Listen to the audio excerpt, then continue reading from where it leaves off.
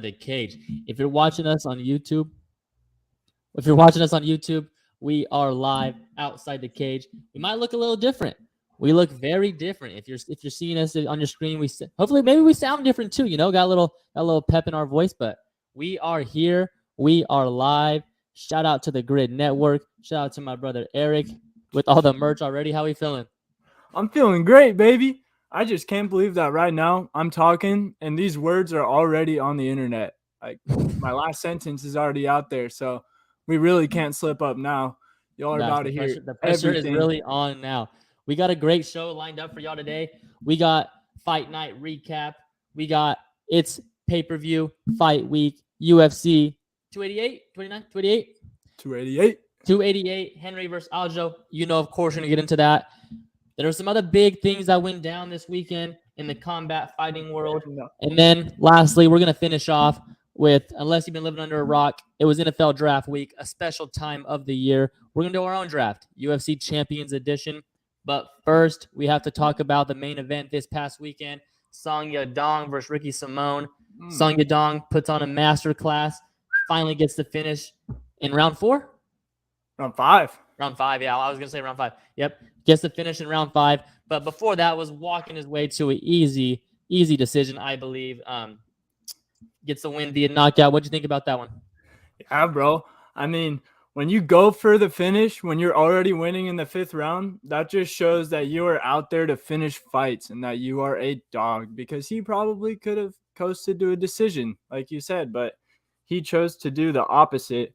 And now he's inserted himself right back in the bantamweight mix. I've heard people saying that he's the dark horse of the division now. I feel like there's probably about 5 or 6 of those, but he's one of them. Man, just impressive, dude. Just showed that he was in that Corey fight. I mean, we knew it. It was the cut that ended it. Corey probably was winning slightly, but man, I was impressed by this guy. I had predicted Simone to win in the later rounds, but I think one thing that I learned that this shows is there's just levels. I think we have a lot of these fights where it's a guy like Song Yadong that's fighting a young Ricky Simone who's kind of the up and coming guy and trying to get a feel for where he's at. Kind of saw the same thing with Gaethje and Fiziev, and it's just there's different levels. If you're not ready, you're not ready. And so Song Yadong, Justin Gaethje, guys like that, they're not ready to give up their place in the rankings. And I mean, you have to take the fight, but I mean, it's a good test. But when you lose, it's damn, Song is really who we thought he was. He's not ready to go yet. 100%, man. So, what are you thinking next for Song? I know we were throwing some things out there a couple weeks ago after 287. I mean, we kind of predicted this. We were kind of in the situation, but after everything kind of fills it out this weekend, and I kind of digged into the rankings, got my matchmaking bag a little bit. I'm gonna go with Peter Yan. I think Peter Yan deserves a striking matchup. I think Peter Yan has kind of got the bad end of the draw in matchmaking this past couple fights. So past few years, I think, I like to look for fights where if whoever wins, it puts them on a pedestal, or it speeds things up for them. And I think that's a good fight for them. I think if Peter Yan wins, Peter Yan shows he's still a top 4 or 5 cemented guy. And if Song Yadong wins, I think he puts himself right in the title contention. Hey, low-key, Peter's kind of been the trampoline of the bantamweight division the last few years, huh? You fight him, and then you just bounce way up to the top. 3 at minimum if you beat Pete. Yeah. So, yeah, and then the other one, the one that we had kind of been hyping up for the last couple weeks, was Rob Font. Just 2 guys who both beat some really solid contenders, where they were Font and Song were both underdogs in those fights, even though they were kind of the more established guy in the division. Same situation. Yep. Same situation for Font. Yep, both underdogs. So let's throw them in there, let them fight each other. But I mean, how far? Okay, so Song Yadong and Rob Font fight, or Song Yadong and Peter Yan. Let's just say Song Yadong and Peter and Rob Font for now. How close is the winner of that to a title? That's the thing, is I feel like they would still need to fight a Peter Yan or someone like that. So if you're Song Yadong and they offer you Peter, you're 100% going to take that over Font. Yeah. So I think probably one away, the winner of Song and Font. Yeah. But I don't know. It's tough in that division. That's the thing. In a normal division, you'd Yeah. definitely be one away, but bantamweight, Speaking there's a of lot going on. bantamweight, we have the bantamweight crown this weekend, this Saturday, Newark, New Jersey. My hometown. Henry Cejudo coming back, Triple C, to regain his title versus Aljamain Sterling. It's real. It's happening. Henry's here. So I know we don't have, we got our official predictions this week, later in the week, but where are you leaning right now? And if you had to make a prediction right now, what are you thinking and what are your thoughts on it? I changed my mind one more time, and I think it's the last. Henry, the little man, Triple C, Cejudo. That's my pick. I think we'll see if it's still my pick on Thursday, but for now, I'm rocking with the triple. I think I don't want to say, but like I think I've been reading a lot of stuff, and I think I'm gonna rock with Aljo. As of now, I'm gonna rock with Aljo. Countdown. I'm gonna try to not let Countdown change my mind a little bit. Try not let Embedded change my mind a little bit, but I don't know, man. I seen a stat that really got me. It was like guys like over 35 that like took such a long layoff off. They're like 2-33 or something, and like the only one who's won is like Woodley. I just don't know, man. Like I think they're so evenly matched, and even off Vegas. I haven't checked the lines this week, but last time I checked, it was close to like a pick'em. So like, and I just think basically Vegas is saying they're evenly matched, and then I just think that if you're telling me they're both evenly matched, give me the guy who's fought in the past 4 years. And he's younger. Yeah. Bigger, taller, longer. I just think that Cejudo, he's on that John Jones level of game planning and fight IQ. Yeah. That's what's scary. Yeah, I just think it's a perfect matchup for him. Coming back for it. Perfect matchup coming back for him. Because Aljo's number one way to win is in the grappling department. Yeah. And Henry is maybe the best wrestler on the roster, just pure wrestling right now. Yeah, I think like this matchup for Henry is a better matchup than Cyril Gane was for John Jones. Whoa. I think matchup-wise. I think Cyril Gane was a bad matchup. I mean, it didn't matter because John Jones is the GOAT, but like I think matchup-wise, this is the perfect matchup. If you look at the top 5 in the bantamweight division, probably other than Merab, they're all good matchups for Henry.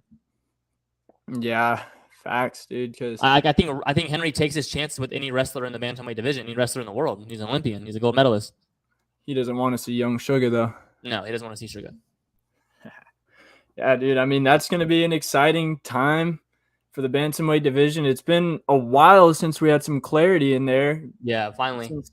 Even after the TJ fight, people were giving excuses for TJ since he got hurt, saying Aljo didn't really win that one. Aljo's like, it's tough. Like every win Aljo has, it's like there's something connected. There's like an asterisk for every win that he has. Yeah. Even the second Peter Yan fight, majority, I'd say 85% of people agree that he won that fight on the scorecards, but he didn't really hurt him in the fight. He was just kind of on his back the whole time. Like, not like Islam and Volk, but kind of similar. Just like he for sure like doesn't get the respect he deserves for like every win. There's something with it. TJ was hurt, but I think he beats TJ anyway. Peter Yan, the knee, obviously, and then they said it was the second fight was close. So yeah, I mean, this is a big win for Aljo. I think if Aljo wins this, I mean, I know he kind of talked about winning this, defending it against Sugar, and then going up to 45. But I mean, everyone has that plan until you don't. But yeah, I'm excited for this one. I'm really what I'm really excited for and like really happy to see is bantamweights getting a main event. True, it's been a while since they. Yeah, it's I don't know. I mean, like bantamweights. We agree that it's probably the best division in the world right now, and they still they co-headline like this. I'm really excited for like they finally get the fight they deserve, like because this is a true main event. Yeah, I think it's a shout out to the whole division as well because just Henry and Aljo, it's not like either of them are mega draws, but I think everyone just wants to see who the champ of bantamweight is because bantamweight is such a great division right now. So. Yeah, shouts to our favorite division. We probably talk about them more, definitely talk about them. It's like there's always so many storylines and so many questions in the division. It's like fuck, like we can have a whole show every single week on the bantamweight division. Would Aljo? I mean, he'd have a strong argument for the bantamweight GOAT if he were to go out there and do what he said he was going to do. I mean, he for sure gets in that conversation.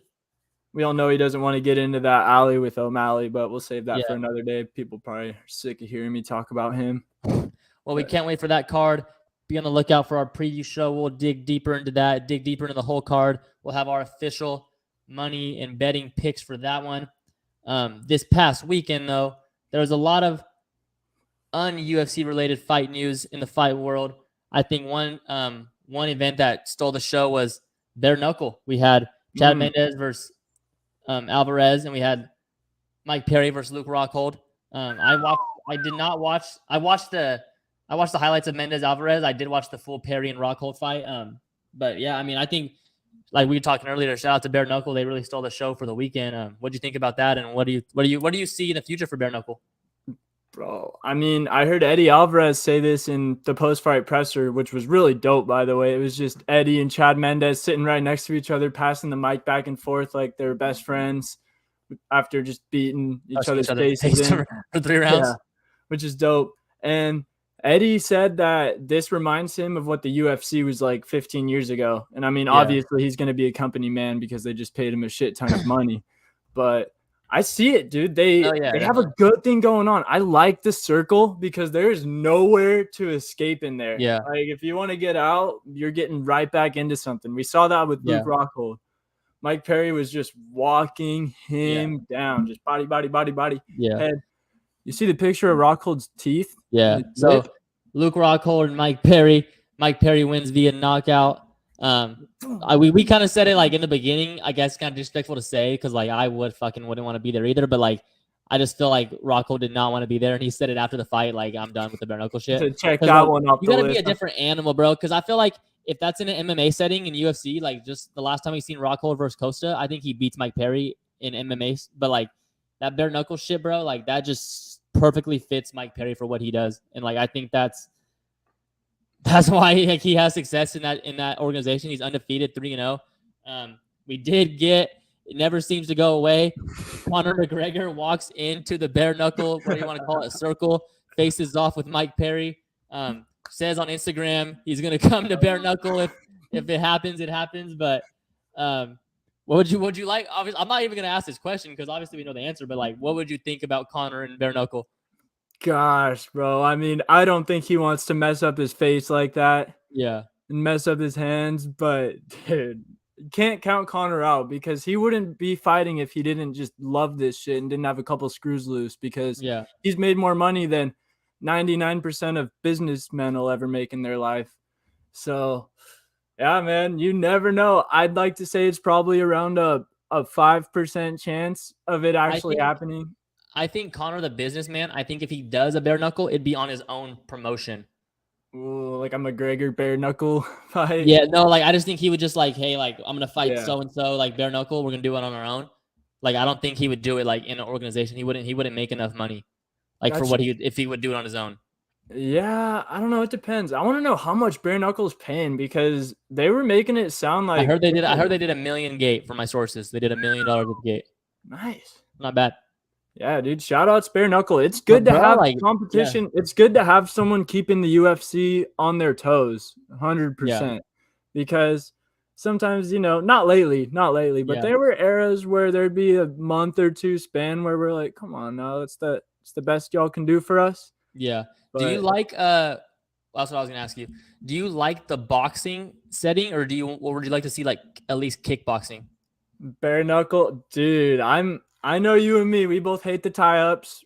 We're greedy fans out here, so the tie-ups definitely. There's tie-up in kickboxing too, though. So yeah. I just feel like since I watched UFC and MMA so much, like every time I'm watching something else, there's a tie-up, even if it's 2 seconds, it feels like it's so long. Yep, and it's like, man, if this was a real MMA fight, that would be a takedown right there, a knee in the clinch, or they just wouldn't, or they wouldn't even do it. Yeah, because so many times that's what they do when it's their last resort. They just hug the other guy. And that's what I'm saying. Like you wouldn't go into the clinch. Some people wouldn't go into the clinch if they didn't like. That doesn't. You don't clinch that much in UFC. No, they don't want to. Yeah, unless you're Charles or something like that. But he's very, very comfortable there, obviously. Yeah, but I mean, I get it. Like they kind of want to keep the focus on like people punching them with their bare hands. So you kind of wouldn't want to do that. I mean, I don't mind it. I watch it. I will continue to watch it. It's got to be big names for me, though. I don't know why, bro. Like, it's something about, like, I can watch UFC and MMA all day, bro, but I cannot watch, like, even, like, on Twitter, bro, when I see, like, street fights, like, I just cannot watch that shit, bro. I don't know why. It's like something in my brain that like just tells me like because I guess I like we talked about before. I look at like MMA like an art. So it's like watching like an artist and like it's just crazy. But like when I see like street fights or like shit like that, it's just hard to watch, bro. It's because they're not trained. Like someone could die and hit their head off bro. the tree. Like people would think like I like seeing people get like kicked in the head and shit. Like I really don't. I just like when it's MMA, like because I know how like that shit's like set up and like it takes a lot to set it up and it's like different shit behind it. It's just like chess. But like I don't know, bro. That's why it's hard for me to watch like the bare knuckle shit. But when you got big names like that. My hands hurt when I'm watching it, bro. I don't know how they don't break their hands because fighters with gloves on break their hands in a lot of fights. Probably 30. I would love to know like the commission's feelings on that too. Like, what is because I know a lot of times in UFC, like the commission will give them a 60-day recovery. You can't fight for 60 days. I would imagine it's more in fucking bare knuckle. Yeah, dude, with the hands and even if you win the fight, broken hands probably. It takes a different. They're definitely on the right track. Type of person. I didn't watch too much of the like actual what would you call it? Like the actual stream. So I didn't really get to see like what they do when there's not fights going on. I know you said that they kind of move quick and that was good. They move really Where quick. was this fight at? It was in honestly, I don't even remember, but it was a cool arena. They had sick walkouts with smoke and everything. But yeah, they were just going fight after fight after fight. It would literally be the guys would walk out and then they'd start the music for the next guy. So it's just no breaks. Shit. I was watching on my phone because I was at the Dodger game watching the GOAT Clayton Kershaw put a gem out there. So I wasn't fully invested on the couch, but I rewatched when I got home. And yeah, dude, I messed with it. They're trying to do something different, not showing hype videos, just fight after fight after fight, because you can't just try to copy the UFC or have the same exact template as them. Yeah. So one thing watching that made me think, what is we got two picks here. I'm going to ask for 2 questions here. Not 2 questions, but you got 2 matchups for your dream bare knuckle fight matchups. This one took a little thinking because right off the bat, it's like I want to see some guy like Suga fight anywhere or Max, but I don't know, dude. It's gotta be like some crazy motherfuckers. That's what I'm saying. Like if they got in there, probably broken hand. You know, they're more technicians. So for my first matchup, this one the age is a tiny bit different, but let's just imagine they're both in their primes. We got Nate Diaz versus Dustin Poirier. Just a boxer, just an MMA boxing dream matchup, right? I feel like I'd favor Nate in that shit, bro. I feel like Dustin's crazy, but he's not fucking like you got to be crazy, bro. I think Dustin's got a little crazy to him. I remember seeing some videos when he was younger with the buzz cut on this documentary they had of one of his gyms. He was kind of one of those screws loose guys who seemed like a little bully in the gym. So I think he's got that deep down from Lafayette, Louisiana, the hillbilly, as Connor said. I feel like too, like you're either gonna fight or flight in that shit when that shit comes on. And I don't think Dustin's gonna run. Bro, Luke really flew. Yeah, Luke did flew. He said, "I'm done." Even Mike was. I think, dude. At first, I wasn't watching with sound, so I thought it was like a nut shot, and they stopped. Bro, I seen the body shots, and I was like, "Fuck!" And then he backed away, and I was like, "Oh, he's just tired of getting fucking hit." Can't blame it. Mike just walks away. He's like, "Yeah." Bro, Mike is hilarious. He has a lot of funny moments. Yeah. But yeah, putting on for the whole country of Africa. So that's pretty sweet for him. So Nate versus Dustin for my first matchup. You know me, always jumping around off topic. And then for my second one, it's kind of a little casual fan matchup right here, but it would be a banger nonetheless. Let's go 5 years in the past and have Masvidal versus Conor McGregor, bare knuckle. We know Masvidal is about the bare knuckle action because we've seen it in the backyard. Timbo slice. Facts. And McGregor, he's about it, as it seems. So too slicey for him. There's my other one right there. That would be just the promos for that. I mean, in any organization. See, that's what I'm saying. Like, I think if they do that, they can do that on their own and not be a part of Bare Knuckle FC. That's Game Bread Promotions or something like that. Yeah. But then it's also like I feel like they could make the same amount of money if they did a boxing match. So it's like, why the fuck would I want to break my hands? That's the thing, dude. Like, I don't know what the draw is to bare knuckle for those guys who can make close to it boxing. I guess. Can they though? Yeah, I don't know. I mean, probably only the top boxers. If bare knuckle starts to gain But I don't know, dude, because popularity, I seen Masvidal boxing, like Game Bread boxing. They paid all Jose Aldo like 400K. we'll So see I how don't know long what it's Bare around Knuckle's making. for.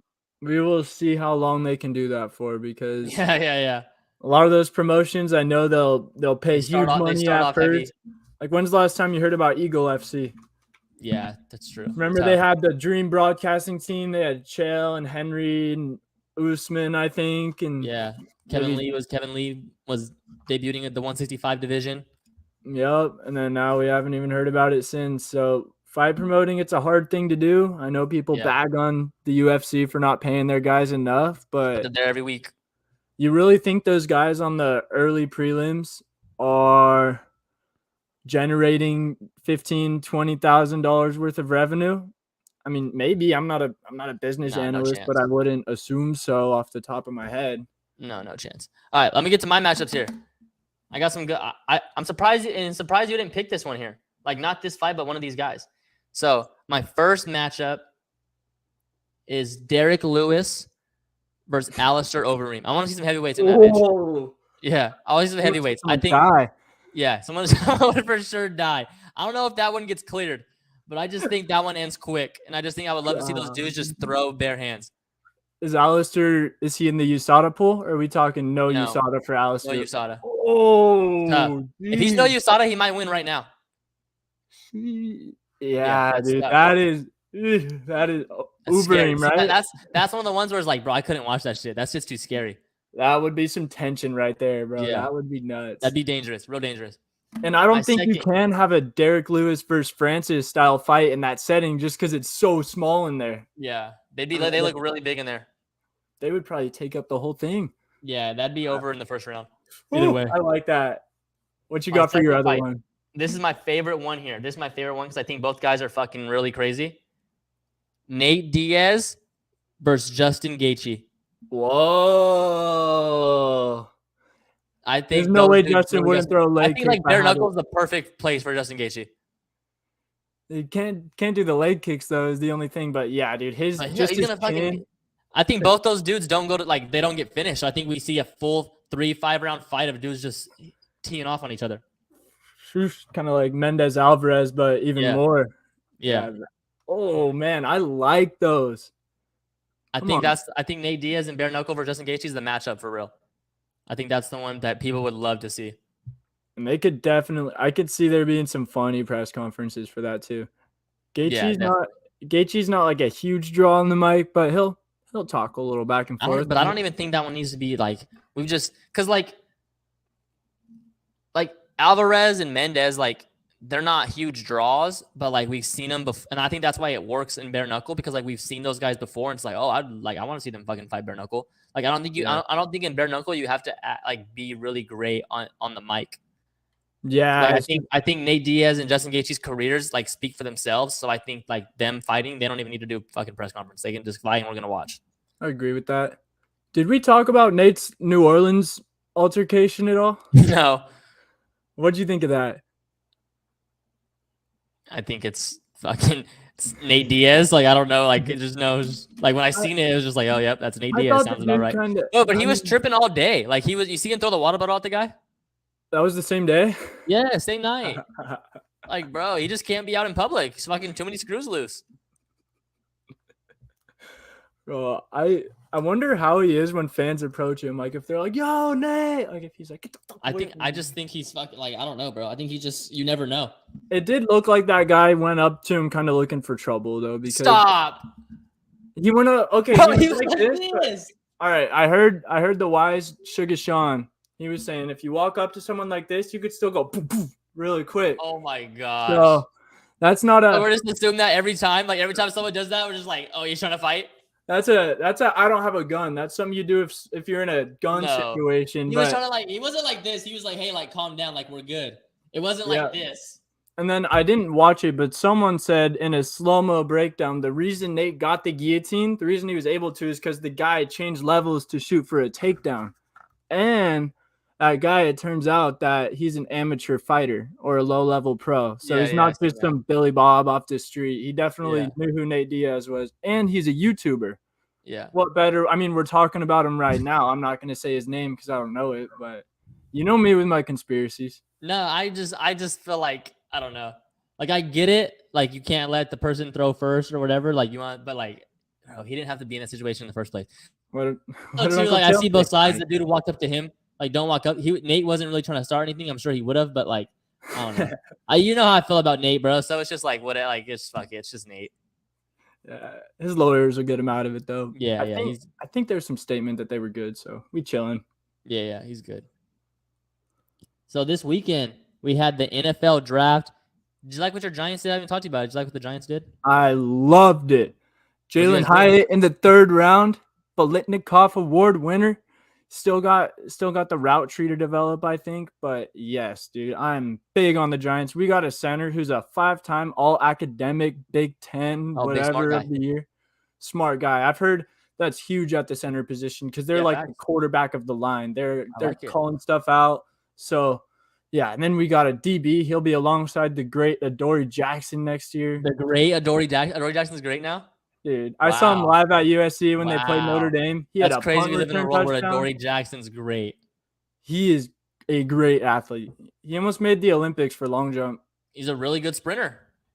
He's an Olympic track star. He's just not a very good football player. His 1st round DB. This is his 3rd contract, 2nd or 3rd contract. How many teams? Average NFL career is like 6 months. No, we can say he's good. He's not great. I don't think he's good, but we can't say great. The USC great. Okay, I get it. But anyway, that made me think I want to do some drafting. It's not time for fantasy football yet, sadly, but we're gonna draft here. We have 1, 2, 3, 4, 5, 8 champions in the men's side. We're gonna take 4 each. UFC champions draft. We're just going off pound for pound. Like if we're going to a dark alley, these dudes are pound for pound who we want with us. That's how we're gonna rock. So I'll be nice, brother. I'll give you the first pick. Who do you got for us? You're on the clock. Why, thank you. With the first pick of the draft, Team Eric selects none other than the GOAT, John Bones Jones.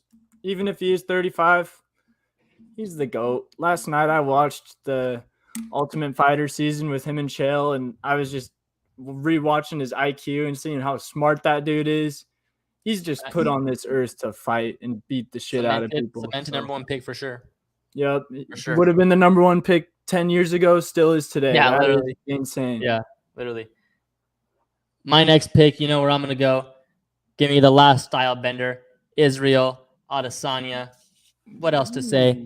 I mean, putting himself in the UFC Mount Rushmore, best middleweight of all time, coming off the biggest win of his career in the biggest rivalry, in one of the biggest rivalries in UFC history. No one better. No one more box office either. No one more box office. Sells out Madison Square Garden. Then he comes over, does more money in Miami. Yeah, I forgot about that. What else to say about the man? So give me Izzy, because I'm going to win fights and I'm going to sell tickets. So give me Izzy. The last style. And I can't believe I'm getting this guy in the 2nd round. I'm going way down under. Yeah, I got fucked getting the 2 pick, but it's all good. Yeah, I was thinking that. I was like, whoever gets 1 and 3 is really chilling in this draft. Yeah, it's all good. No, it's all good. Alex Volkanovski, that's my 2nd pick. Has a strong argument to be the 1st overall pick on this draft. Pound for pound, especially. If we're counting him as a featherweight. Yeah. Sheesh. He's an animal. Not really much to say. His nickname's The Great. He lives up to it. He's great. He's fighting Yair, International Fight Week. We'll be there. Boots on the ground. Let's go, baby.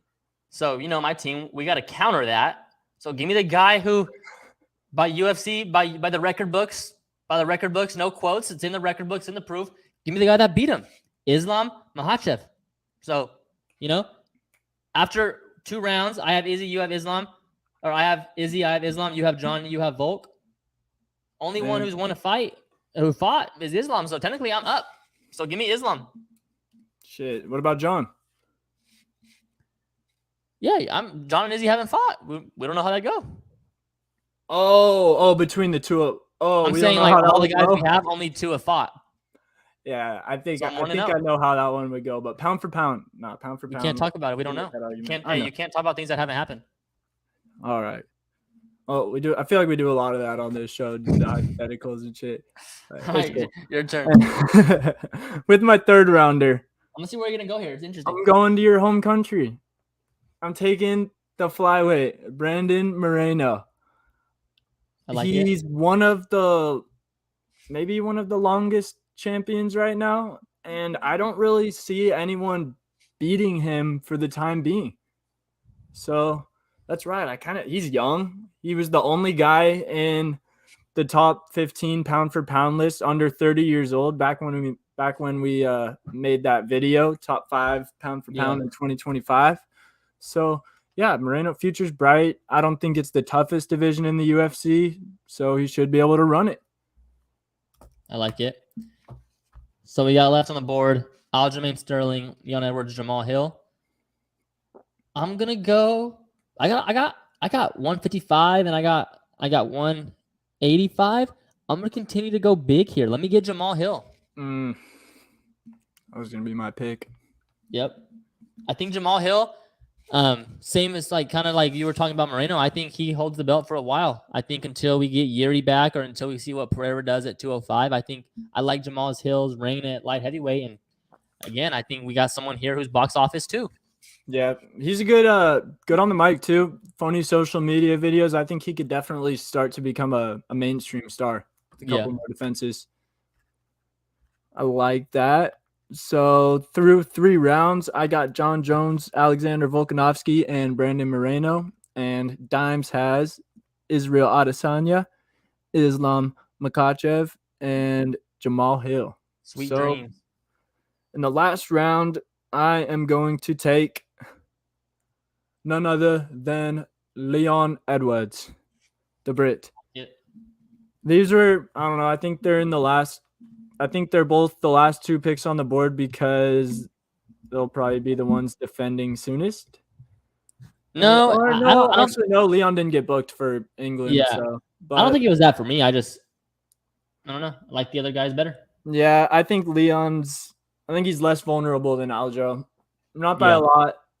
But so that leaves me with Aljo. So I have Izzy, Islam, Jamal Hill, Aljamain Sterling. You have John Jones, Volk, Moreno, Leon. We'll clip that up, get that up on the socials, see which team you like more. Mind you, I got a bad draw. I got a bad pick. I had to move an Uber my way around, I had to trade back in the drafts, get some guys late that, so I guess we could have done a snake draft. That probably would have been a little more fair, low key. Yeah, definitely. Because now I didn't even think about that. Izzy and Volk, you'd have been in hell. See, the first 2 picks. See, look, I think you're only better than me at your first 2 picks. Okay. So I think you're better at John Jones and Volk than I am in Izzy and Islam. But the thing is, Islam's beat Volk. So if that's the place you're better at, and I want to know there, because I think Jamal Hill and Aljo is better than Moreno and Leon. Yeah, some people think Volk beat Islam. We don't have to talk about. We can't talk about what people think or what could have been or what should have been. Like this ain't could have been records. This is what's happened. And in my record book, in my Google and my phone, it says that Islam beat Volkanovski. That's all we need to know. I heard they changed the Wikipedia in Australia. If you go and look at it. Yeah, sounds about right. Sounds about right. And I'll give you your last 2, Jamal and Aljo.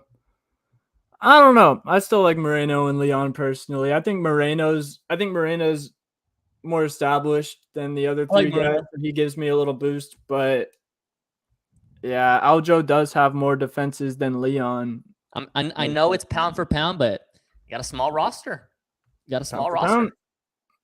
Wow, I do. I didn't realize I have yeah, but John, I got the heavyweight champ. Yeah, facts. I don't know. Yeah, so, because say we're doing like a 4v4, I guess I would have to do John versus. I don't know. What if there's a magic pill? John's got to take Jamal. Leon's got to take Izzy. If there's a magic pill you could take where it makes them all the same size, how would you match up against my guys? I think the only mismatch problem we have is John Jones. I think Islam matches up with Volk. I think Jamal Hill and Leon, and then Aljo and Moreno. Yeah. So I might get the edge. No, we'll figure it out. We'll scheme something up. Facts. We could run some simulations. On a one-on-one game. Speaking of schemes and one-on-one games, I got to talk about the man, the myth, the legend, my favorite player of all time. And my favorite player of all time is not even close. My favorite player for the past 10 years, since not even since I've been alive, just since Rondo. Since his first MVP, since his first final, he's been my favorite player, cemented. But like these past couple years, I've really been like harping on like this dude's the fucking best player in the world. And I truly believe he's the best player in the world. Wardell Stephen Curry drops 50 in a Game 7, most points in Game 7 history on the road in Sacramento. Ain't no fucking beam getting lit. From the beginning of the game, just a heroic performance. He won a Game 7 with Kevon Looney being his second best player. We didn't get shit from Clay. We didn't get shit from Wiggins. Draymond was Draymond. Jordan Poole was on his bullshit. Bro, as a Steph fan, I hear it all. We win a big game. Oh, save the day, Clay. Oh, Wiggins. Oh, you guys have a good roster. There was none of that shit, bro. So there was nothing no one could say. There was nothing no one could say. Clay was fucking 2 for 11. Fucking throwing up heat checks, 0 for 7. Missing free throws. Wiggins missing layups. His second best player was Kevon Looney, bro. Like Looney was great. Like it's crazy to me, like, and I shouldn't get mad at it because like they're finally starting to realize, but then I think I just get mad because like you're barely realizing. Like they're talking about we really got to have the conversation of Steph being top 7 ever. Like, bro, like that's fucking been like it's not even close. Sure. We gotta have the conversation of Steph being the best point guard ever. It's not even close. He's been the best point guard ever. Like I just don't like everyone's so behind and they don't get to appreciate the greatness that comes with it every single night, man. Like they don't understand. He hasn't lost under Steve Kerr. They haven't lost a Western Conference Finals, a Western Conference playoff matchup. No way. Steve Kerr 16-0 in Western Conference playoff matchups. The only time Steve Kerr's lost is in the finals. Golly. It's just greatness, man. And people really need to start respecting it and really starting to appreciate it because it's getting ridiculous. It's getting ridiculous. What else does he have to do? I already said, don't like. To me, I was complete when they won it last year without KD. That was complete for me. And I said last year, like, don't let us win it this year. But like, I'm gonna say it again for like probably the 100th time on this show. Don't let us fucking win it again this year. So I'm gonna give it to you to talk, bro. Sorry, I'll go out all day. So you can tell me what. No, I love hearing it. You can tell me how Steph great is. Go ahead. He is great. He's one of my favorite players as well. I mean, you can't deny the fact that he changed the whole game of basketball. I think before he was in the league, it didn't really matter if your center could make a 3 or not. But now just about everyone has to be able to shoot because they see how valuable that man and his play style is. And I also heard about that little pump-up speech he gave after Game 6. I don't always talk, but I'm going to say something.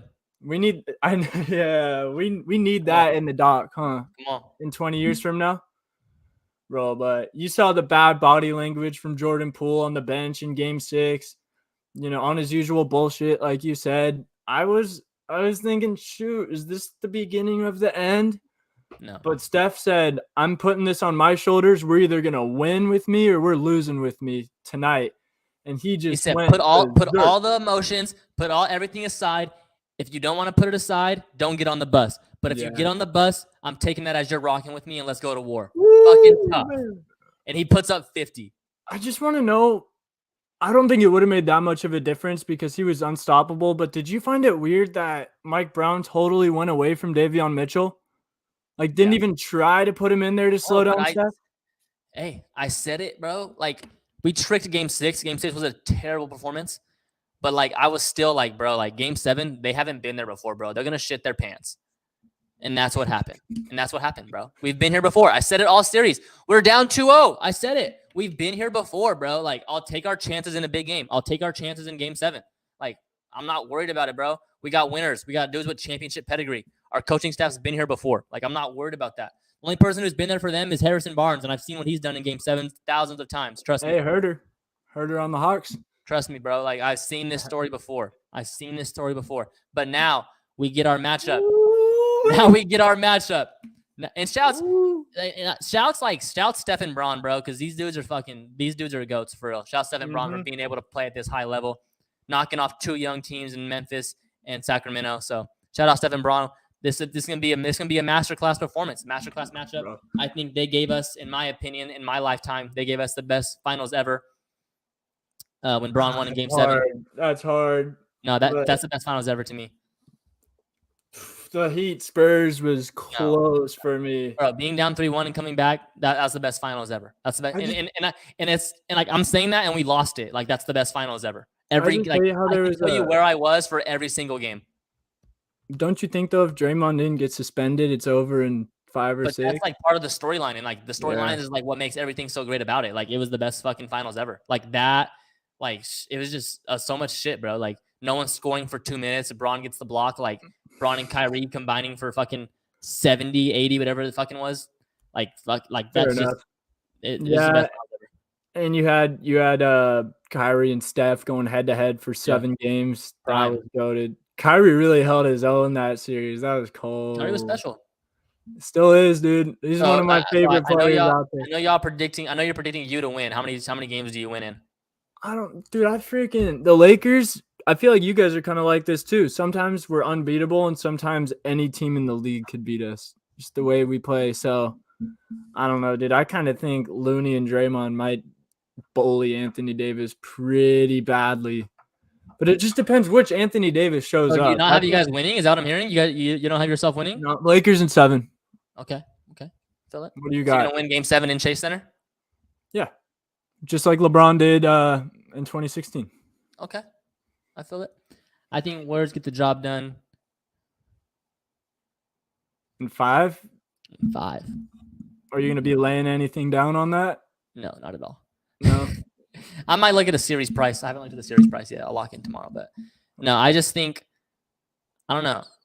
I think where we have the strong advantage is I think we have, I just don't think you guys have an answer for Steph. Like, I think the Kings had bodies to throw at Steph. I don't think they had certainly like guys, but they had bodies. They had Davion Mitchell, Keegan Murray. Davis. Terrence Davis came in, gave some good minutes. But like, I just don't see, other than Vanderbilt, and possibly a Schroeder, like who you guys throw on him. And then I think too, like we've seen it in a lot of these series, like it's all about adjustments.